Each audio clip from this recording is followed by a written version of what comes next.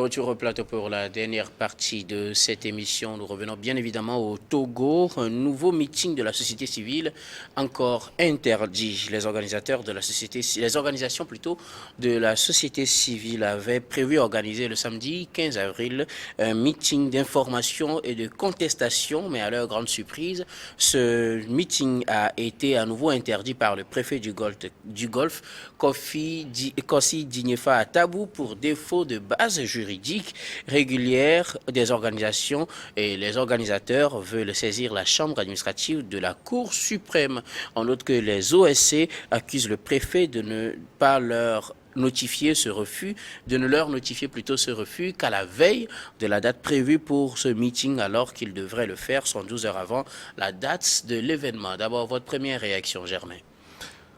Ma première réaction, c'est un peu de déception parce que quand vous êtes de la société civile, à la différence des partis politiques, c'est que vous voulez pas prendre le pouvoir et l'exercer.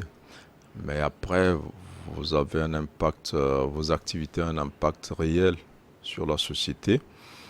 Et je crois que la manifestation est destinée à, à revenir sur le rapport de la Cour des Oui, de la comptes Cour sur des la comptes. gestion Des fonds Covid. des fonds Covid, ce qui est un thème d'actualité. Les organisations sont dans leur rôle de le faire, sauf que comme leur reproche le préfet, ils n'ont pas de base juridique, ils n'ont pas d'existence légale. Alors, la question qu'on se pose, comment des personnalités peuvent fonctionner alors qu'elles n'existent pas légalement. Je crois que c'est... Mais ces mêmes organisations ont organisé plein d'activités ici. Hein. Oui, Le Front citoyen Togo Debout a organisé plein d'activités. Les oui, coalitions qui se retrouvent dans cette organisation de la société civile ont organisé plein d'activités. oui, C'est maintenant qu'on se rend compte oui, qu'ils n'ont pas de base légale. mais c'est des erreurs. Vous savez, il y a eu une télévision ici au Togo qui s'appelait LCF, qui n'avait pas de base, mais qui a fonctionné pendant des années. Mais Donc, arrivé à un moment, il faut dire non. un jour, cette télévision a cessé d'émettre. Les gens s'étaient plaints. Mais la réalité, c'est que la télévision n'avait pas de base et d'autorisation. Alors, si aujourd'hui, vous dites que c'est parce qu'on connaît déjà le Front citoyen Togo Debout. debout, Ouais.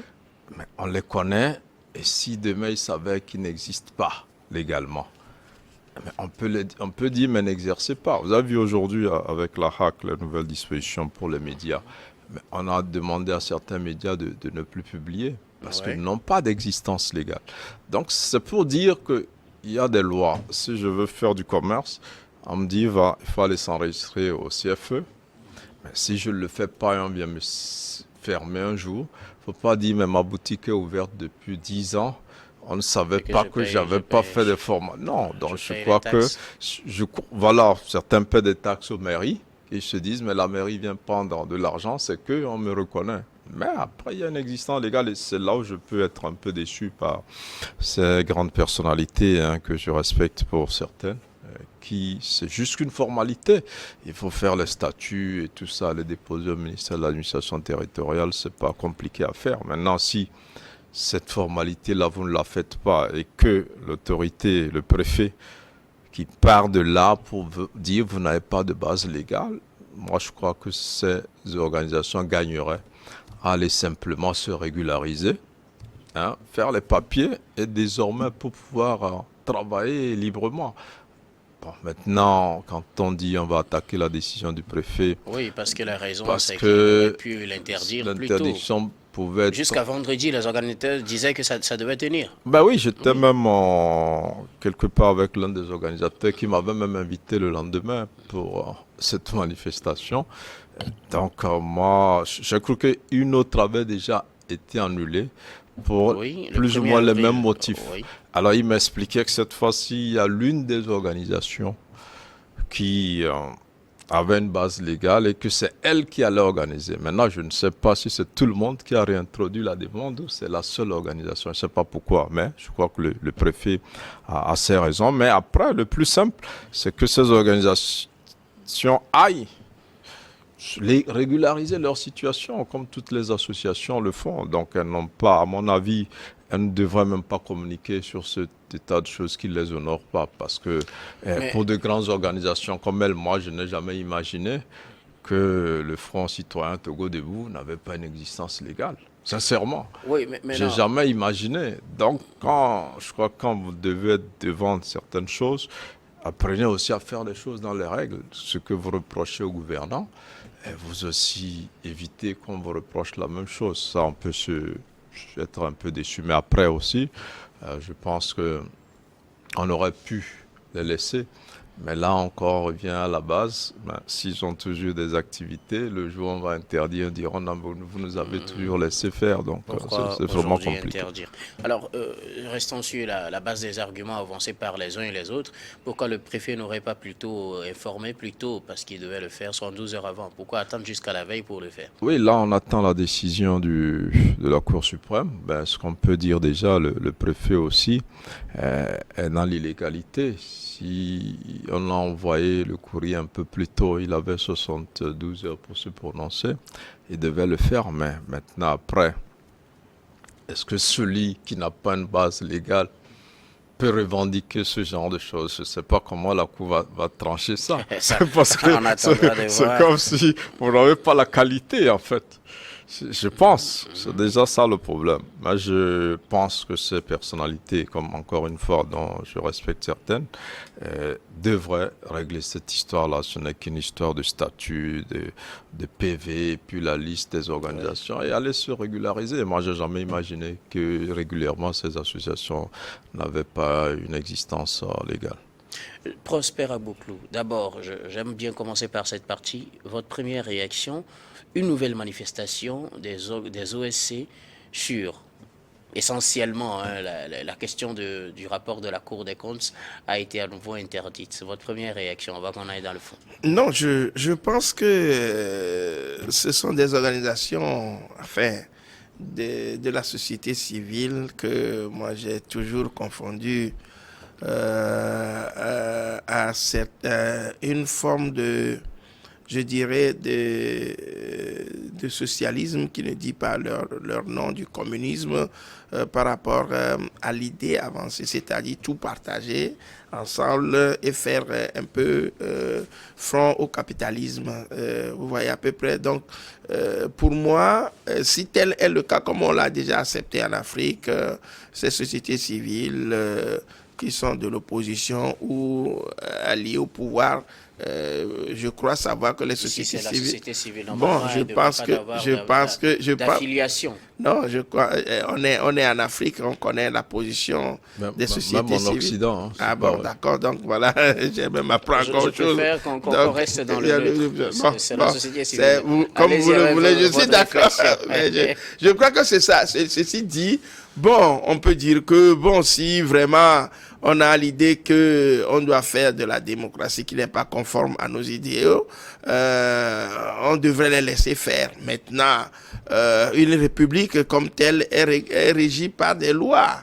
Et Germain a soulevé un certain nombre de choses qui, si exactement ça se vérifie, je crois quand même que l'État aussi a le droit de se protéger par rapport à un certain nombre de choses. Vous savez, les sociétés civiles, bon, comme si je peux le dire, ont leur la légitimité de pouvoir le faire afin de demander. Et comme je l'ai dit tout à l'heure, il y a aussi des lois qui régissent le fonctionnement de la République. Maintenant, moi, je renvoie les deux parties dos à dos pour qu'ils s'entendent si ça doit se faire, puisque je n'ai pas le pouvoir donc de débloquer la situation. Mon point de vue peut-être ne va pas arranger tout le monde, parce que quand vous faites les débats, les gens vous suivent, ils pensent que... vous n'êtes pas obligé d'être... oui, mais cela dit, je dis ce que je pense. Donc pour moi, je renvoie les deux parties dos à dos, mais tout en m'appuyant sur ce que Germain vient de dire, il faut être dans la légalité. Et en cela, ça nous permet donc de bien débattre autour du sujet. Oui, à peu près. Donc, si ces sociétés civiles ne sont pas dans les règles, ne fonctionnent pas dans les règles, moi aussi je leur conseillerais d'aller donc se faire enregistrer légalement pour que finalement on le fait. Vous savez, le préfet aussi peut surfer sur cet état. Pour la première fois, on a parlé de 3 signatures. Oui, l'absence de 3 signatures.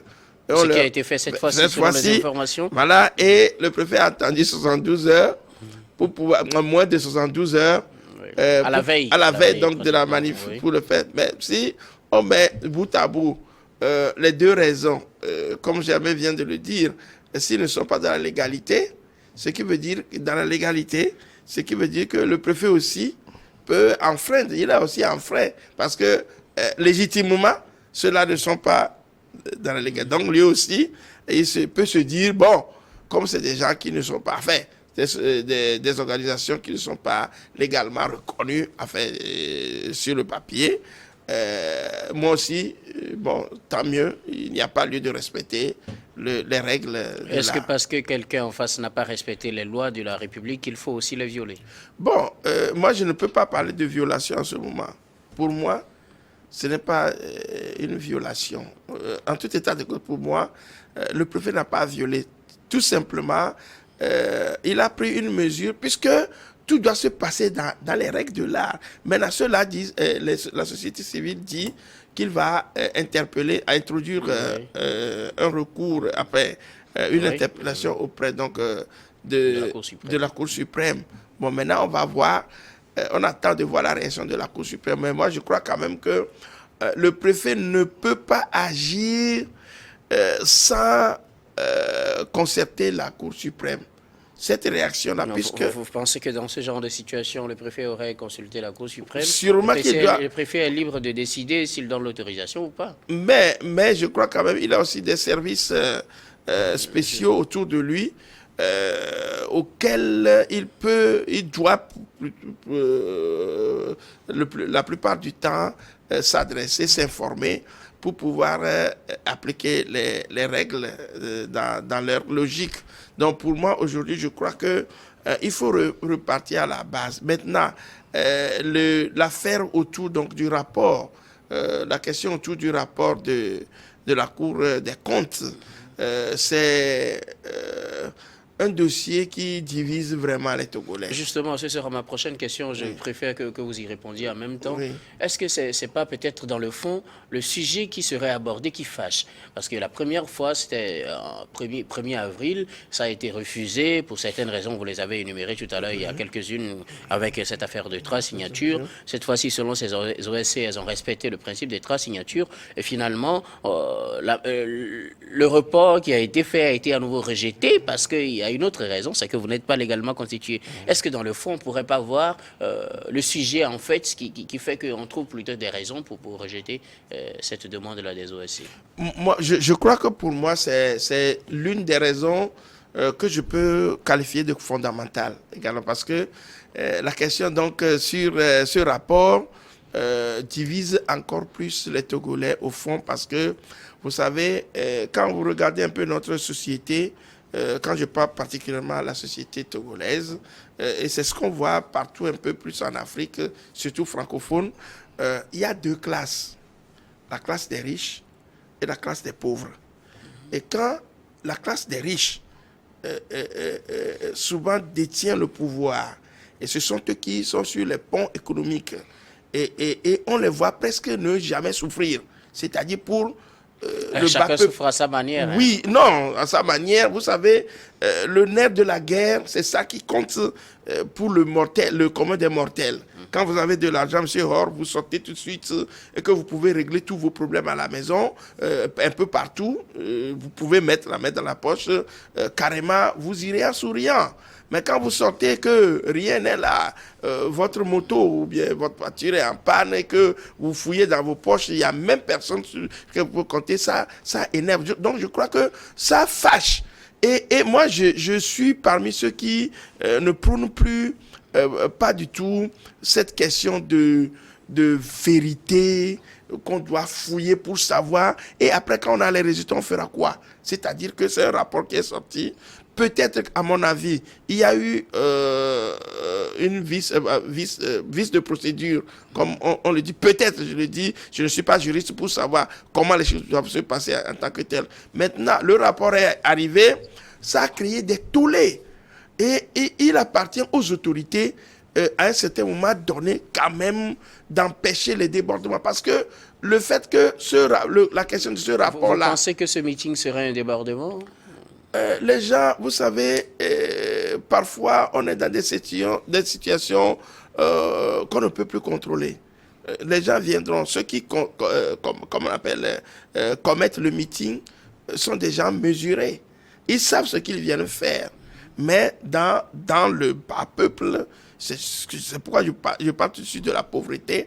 Quand les gens entendent 8 milliards, moi-même quand j'ai appris 8 milliards de riz, acheter tout ça là, je me suis posé assez de questions. S'il peut y avoir assez de fonds ainsi, et que moi j'en souffre, et je me pose des questions. Voilà que ceux qui sont encore un peu plus dans la précarité, quand ils attendent des trucs comme ça, donc moi je crois qu'il faut parfois, pour un État, d'arrêter les fusions.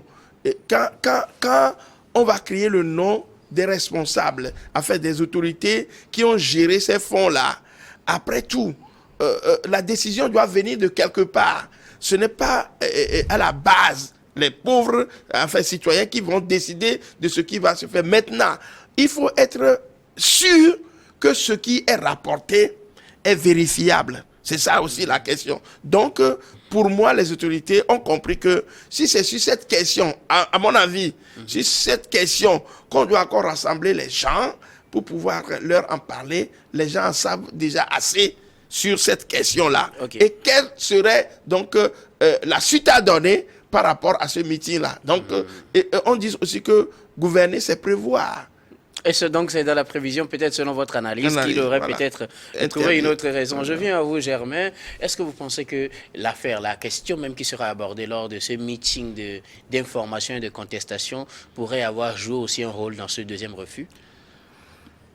Puisqu'on va parler de l'affaire du rapport de la Cour des comptes sur la gestion des fonds Covid. De toute façon, c'est pas, le préfet n'a pas géré les fonds Covid. Je ne pense pas qu'il soit directement intéressé par cela.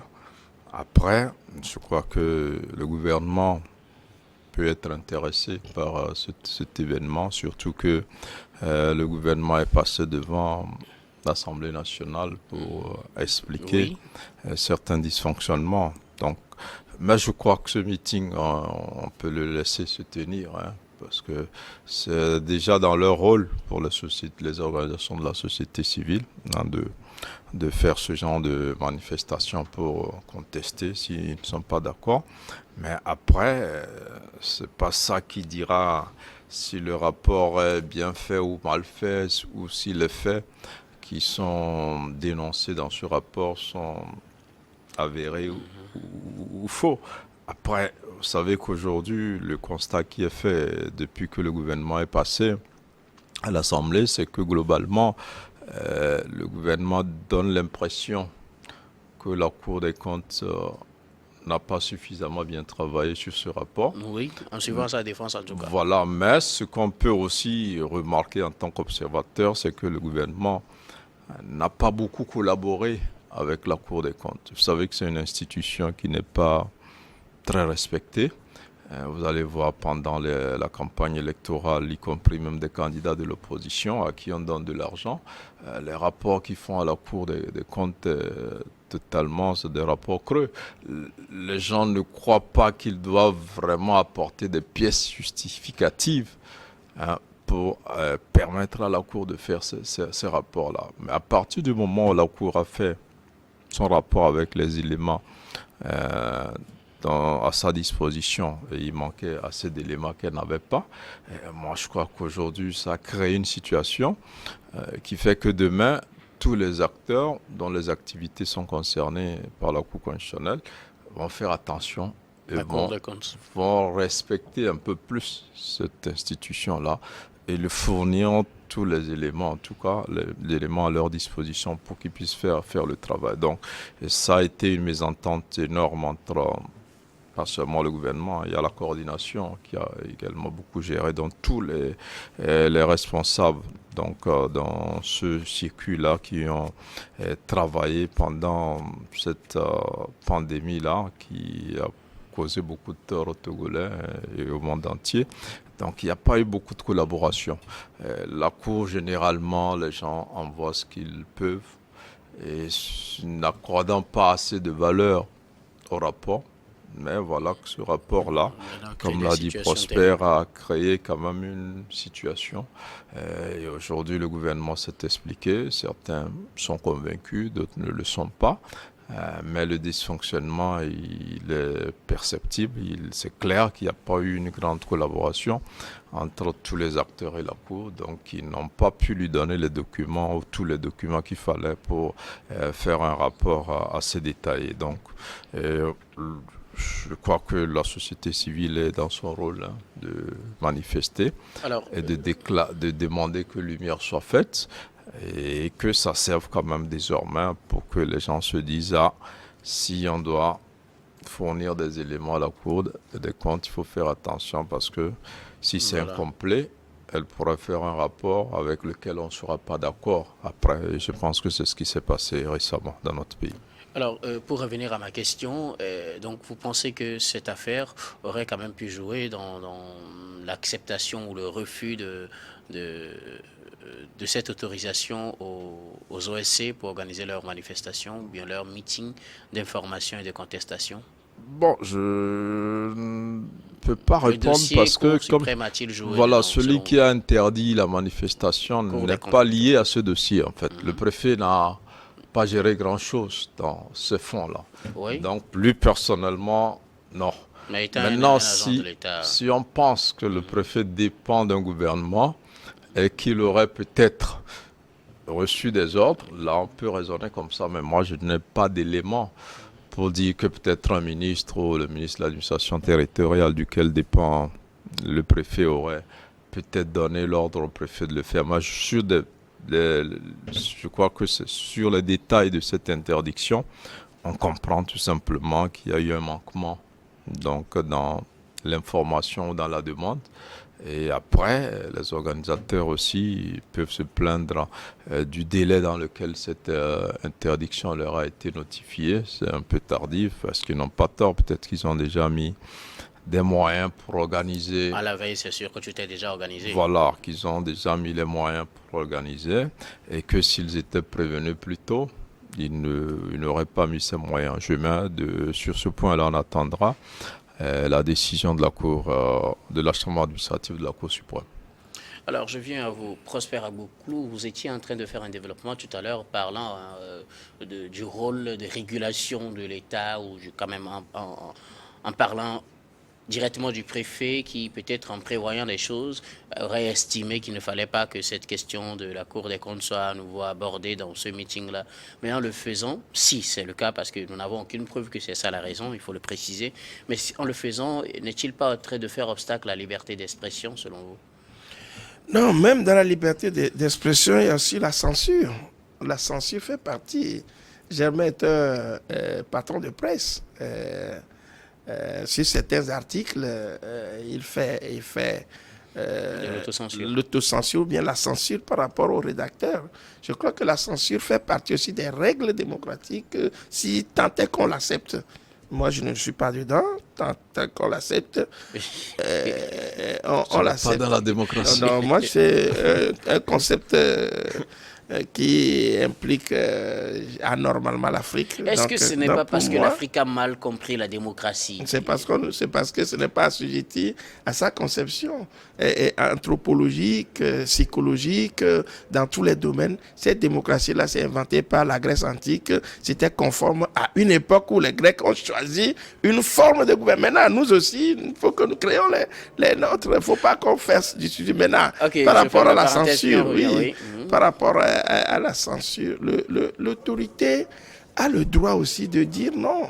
C'est pas parce qu'il y a la liberté de presse quand un événement, comme on appelle un thème, peut diviser, peut provoquer des dégâts, parce que nous avons le monopole de la violence. Ça peut arriver, parce que vous savez, au cours des meetings, il y a des gens qui viennent rien que pour riposter parce qu'ils ont quelque chose contre le... Mais ces meetings sont censés être encadrés par des forces de sécurité. On les encadre, mais il y a toujours des débordements. Je ne dis pas que celui-ci va créer des débordements. C'est pas ça mes propos. Il ne faut pas que les gens l'interprètent de manière fausse. Mais je dis, quelque part, l'État a le devoir régalien c'est-à-dire qu'il a le droit aussi de dire non. Si même, quelle que soit notre envie, notre volonté de promouvoir l'expression libre, quel que soit le cas, je crois que dans nos familles, il y a des choses qu'on nous interdit de dire. Et ça, parce que le fait simplement, parce que moi j'ai dit, la question du rapport, Germain vient de l'expliquer en fond et en comble tout à l'heure, du rapport sur la gestion des cas Covid. Je dis, j'en ai souffert beaucoup également, mais je n'ai rien pris. Je n'ai rien pris. Bon, nous, en tant qu'individus, on ne nous a rien donné. Mais quand vous lisez un peu le rapport, c'est comme si on était dans deux mondes différents, où certains ont été dans l'Eldorado, la paix, ils ont été donc sursurés, ils ont bien mangé, et ils ont été dans la confusion. Nous, on a perdu du temps sans salaire, on n'a eu rien. Maintenant, à chaque fois qu'on revient avec ce rapport, je ne sais pas ce que je vais encore tirer là-dedans. Quelle que soit la clarté, quelle que soit, comment on appelle, la manière dont on va représenter comment ce rapport, on va le présenter, je crois quand même qu'il n'y aura plus rien à faire qui satisfasse totalement tout le monde. Et je donc vous même dis, le passage du gouvernement à l'Assemblée ne vous a pas satisfait? Bon, ce que le gouvernement, c'est le gouvernement qui était au front. Les éléments qu'ils ont apportés, moi je me suis simplement basé sur ça. Et je me suis dit à l'époque que l'erreur commise par le gouvernement, c'était de ne pas créer, c'est le fait de créer une autre entité. Par exemple, quand on dit Novici, institutionnellement, c'est une entité qui a été créée, je dirais, à la hâte pour pouvoir régler un certain nombre de choses. Or, au sein du gouvernement, il y a le ministère des Affaires sociales, puisque tout ça là revient au niveau du social. Il y a eu un ministère des Affaires sociales auquel on pouvait tout simplement remis, comment on appelle, le fonctionnement. Et à partir de cette base-là, c'est le ministère posé qui prend l'engagement. Est-ce que cette procédure aurait pu empêcher ce que dénonce la Cour des comptes? Moi, je dirais tout simplement, c'est le ministère qui va maintenant présenter les éléments de fond, comme Germain vient de le dire. Parce que Novici, ce n'est pas une institution. Elle a été créée à la hâte pour quelque chose. Et aujourd'hui, ça n'existe plus. Ou bien, je ne sais pas si Novici existe encore. Donc, je ne sais pas si elle existe encore. Ça peut toujours être réactivé. Hein. Bon, réactivé, mais voilà. Donc, moi, je crois que si le ministère des Affaires sociales était tout simplement responsabilisé pour toutes les opérations, le canal de réception de tous les rapports passera par ce ministère-là. Et c'est à ce ministère d'amener les éléments d'analyse au niveau donc de la cour. Et là, la personne à laquelle on va s'intéresser, enfin, faire les réclamations, c'est au ministère des Affaires sociales. Malheureusement, les insuffisances soulignées par la Cour des comptes ne se limitaient pas seulement à la gestion des fonds au niveau de Novici. Mais moi, je crois quand même qu'il y avait une gestion, je dirais tout simplement, je ne dirais pas kafkaïen, mais ça semble être un peu dans le désordre. Je n'attaque personne, mais je le dis ainsi.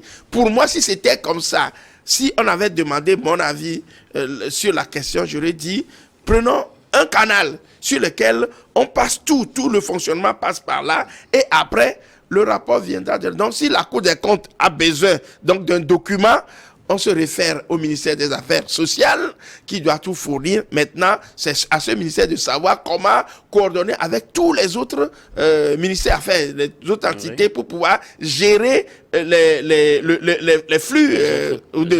Voilà. Merci beaucoup, Prosper. Moi, c'est mon malheureusement, votre avis n'a pas été requis avant le lancement de toutes ces procédures. Mais en tout cas, nous avons pris bonne note de vos réflexions. Merci également à vous, Germain Pouli, pour vos réflexions. Merci à vous, très chers téléspectateurs, d'avoir été des nôtres. C'est la fin de Regard croisé de ce jour. Nous vous donnons rendez-vous demain pour un autre numéro. Merci.